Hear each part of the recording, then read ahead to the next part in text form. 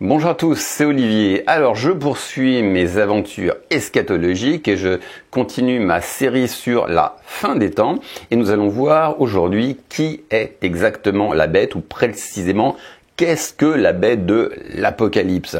Alors beaucoup de gens associent la bête de l'Apocalypse à l'Antichrist. Notamment il s'agirait d'un dictateur mondial qui gouvernerait d'une main de fer sur les populations du monde avant la venue de Christ, et notamment cet antichrist ou cette bête, ce dictateur mondial, chercherait à imposer une marque sur la main des gens ou sur le front, et on pense notamment à la fameuse puce RFID qui permettrait de mieux géocaliser les individus pour mieux les contrôler et mieux les asservir. Alors nous allons voir ici exactement qui est la bête de l'Apocalypse et s'il s'agit d'une seule et même personne avec l'Antichrist. Et à la fin de cette vidéo, tu sauras exactement qu'est-ce que la bête. Alors j'aimerais faire un rappel, dans une précédente vidéo, on avait vu aussi qui était l'Antichrist. Parce que pour comprendre la bête, c'est déjà important de comprendre qui est l'Antichrist. Alors déjà, on va faire un rapide rappel. Je vous invite à lire 1 Jean chapitre 2, verset 18, qui dit « Jeunes enfants, c'est l'heure dernière. Comme vous avez entendu qu'un antichrist venait, voici qu'il y a maintenant plusieurs antichrists. Par là, nous reconnaissons que c'est l'heure dernière. » Lisons maintenant 2 Jean chapitre 1, verset 7. « Car dans le monde sont entrés plusieurs séducteurs qui ne confessent pas Jésus-Christ venu dans la chair. Voilà le séducteur et l'antichrist. » Donc, on nous dit que l'antichrist n'est pas une seule personne, mais un groupe d'individus. On insiste bien, voici qu'il y a maintenant plusieurs antichrists. Car dans le monde sont entrés plusieurs séducteurs. La marque plurielle, plusieurs séducteurs, renvoie à une seule personne qui est le séducteur et l'antichrist. Donc on voit bien que c'est une seule et même entité, mais composée de différentes personnes. Maintenant, lisez 1 Jean chapitre 2, verset 19. « Ils sont sortis du milieu de nous, mais ils n'étaient pas des nôtres. » Donc on voit bien aussi que le phénomène antichristique est un phénomène qui est religieux. C'est un mouvement qui est né de l'Église primitive. Un mauvais mouvement, certes, mais c'est quelque chose, en fin de compte, qui est d'ordre religieux. C'est pas un phénomène qui est d'ordre politique ou économique ou autre. C'est un phénomène qui est rigoureusement religieux. Et en fait, il s'agissait de personnes issues de l'Église primitive qui colportaient de mauvais enseignements. Et on va voir quels sont ces deux types de faux enseignements. Lisez avec moi 1 Jean chapitre 2 verset 22. « Qui est menteur sinon celui qui nie que Jésus est le Christ ? Celui-là est l'Antichrist qui nie le Père et le Fils. » Lisons ensuite 2 Jean chapitre 1 verset 7. « Car dans le monde sont entrés plusieurs séducteurs qui ne confessent pas Jésus-Christ venu dans la chair. Voilà le séducteur et l'Antichrist. » Donc ces gens colportaient des mensonges de fausses doctrines et deux notamment. L'une d'entre elles consistait à nier la messianité de Jésus-Christ. Ils ne croyaient pas que Jésus était le Christ, le oint, l'envoyé de Dieu. Et en fin de compte, ils diminuaient totalement le sens de la croix. Et le deuxième mensonge consistait à dire que Christ n'avait pas été fait chair. Je ne sais pas sous quelle forme il se le représentait, peut-être sous forme fantomatique, spirituelle, je ne sais pas. Mais en tout cas, il niait le fait que Jésus ait pu occuper un corps de chair. Donc, l'Antichrist, c'est un groupe de personnes.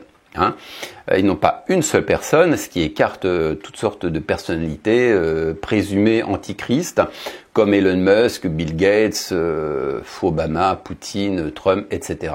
Donc c'est un groupe d'individus et c'est un phénomène qui est rigoureusement, exclusivement religieux, donc qui n'est pas politique. Maintenant, voyons qui est la bête exactement. Je vous invite à lire Apocalypse chapitre 13 verset 1. « Puis je vis monter de la mer une bête qui avait 10 cornes et 7 têtes. Et sur ces cornes 10 diadèmes. Et sur ces têtes des noms de blasphème. » Donc la bête a 10 cornes et 7 têtes. On verra les diadèmes dans une autre vidéo. Mais notez bien ceci. cette bête a 10 cornes et 7 têtes. Nous allons voir quelles sont ces cornes et ces têtes. On va commencer par les têtes. Apocalypse chapitre 17 versets 9 à 10. Il faut ici de l'intelligence qui a de la sagesse. Les 7 têtes sont 7 montagnes, sur lesquelles la femme est assise. Ce sont aussi 7 rois. 5 sont tombés, l'un existe, l'autre n'est pas encore venu, et quand il sera venu, il doit rester peu de temps. Alors, les 7 montagnes, qui représentent la bête, sont probablement Rome, qui a été construit sur cette montagne. Mais on nous dit aussi que cette bête, ces têtes sont des rois. Notez bien ceci, la bête, ce sont 7 rois. À présent, voyons la signification des cornes. Pour rappel, la bête a 10 cornes et 7 têtes. On a vu les têtes, ce sont des rois. Maintenant, voyons aussi les 10 cornes qui constituent la bête. Apocalypse 17, versets 12 à 13. Les 10 cornes que tu as vues sont 10 rois qui n'ont pas encore reçu de royaume, mais qui reçoivent le pouvoir comme rois pendant 1 heure avec la bête. Ils ont un même dessein et donnent leur puissance et leur pouvoir à la bête. Donc, qu'est-ce que nous dit la Bible au sujet des cornes? Que ce sont aussi des rois. Donc, les têtes sont des rois, mais les couronnes sont aussi des rois. Donc, il ne s'agit pas d'une personne, la bête n'est pas une personne spécifique, c'est un empire. Parce qu'un empire, vous voyez, on voit bien donc qu'il y a 10 rois en tout. Les cornes sont des rois, et les têtes sont aussi des rois. Donc il ne s'agit pas d'une personne unique, c'est un empire. Et le seul empire connu à l'époque était l'empire romain. Rome gouvernait, avait une main de fer, enfin, en tout cas contrôlait la Judée à l'époque. Et puis d'autres pays, mais notamment la Judée.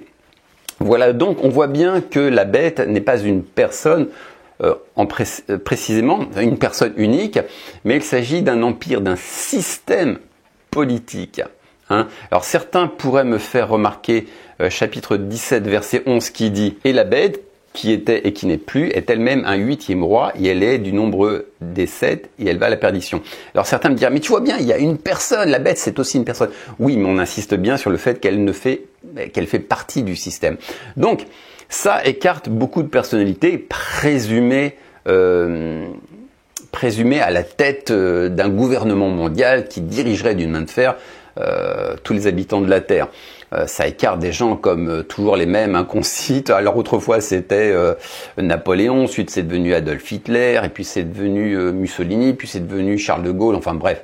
Et actuellement les présumés bêtes ou antichrists actuels sont Elon Musk, le prince Charles, Poutine, etc. Donc c'est un système, ce n'est pas une personne, et on voit bien qu'il y a une nette différence entre l'antichrist, qui est un phénomène religieux, et la bête qui est un système politique. Voilà. Donc écoutez, c'est tout ce qu'il y avait à dire. Alors, à ce sujet, maintenant aussi, on va voir aussi deux marqueurs temporels. 1 Jean chapitre 2, verset 18. Petits enfants, c'est la dernière heure, et comme vous avez appris qu'un antéchrist vient, il y a maintenant plusieurs antichrists. Par là, nous connaissons que c'est la dernière heure. Donc, on dit que l'antichrist se manifeste à la dernière heure. Mais il apparaît clairement à la lecture de l'Apocalypse que la bête est en plein cœur de la fin des temps. Donc il y a vraiment deux marqueurs différents. L'antichrist, c'est avant l'explosion de la fin des temps. On précède un peu la fin des temps. C'est un phénomène qui va précéder la fin des temps, tandis que la bête, eh bien, elle se manifeste carrément pendant cette fin des temps. Donc il y a vraiment deux marqueurs différents qui appuient le fait que ce sont deux personnes et deux phénomènes rigoureusement différents. Voilà, je vous laisse sur cette étude et on reviendra sur de toute manière tous les autres éléments de la Bible. On rentrera un peu plus en détail sur la nature de ces rois, qui sont ces rois exactement, et on verra aussi le 666 et tous les autres aspects de l'Apocalypse. Sur ce, je te donne rendez-vous pour une prochaine vidéo. Ciao!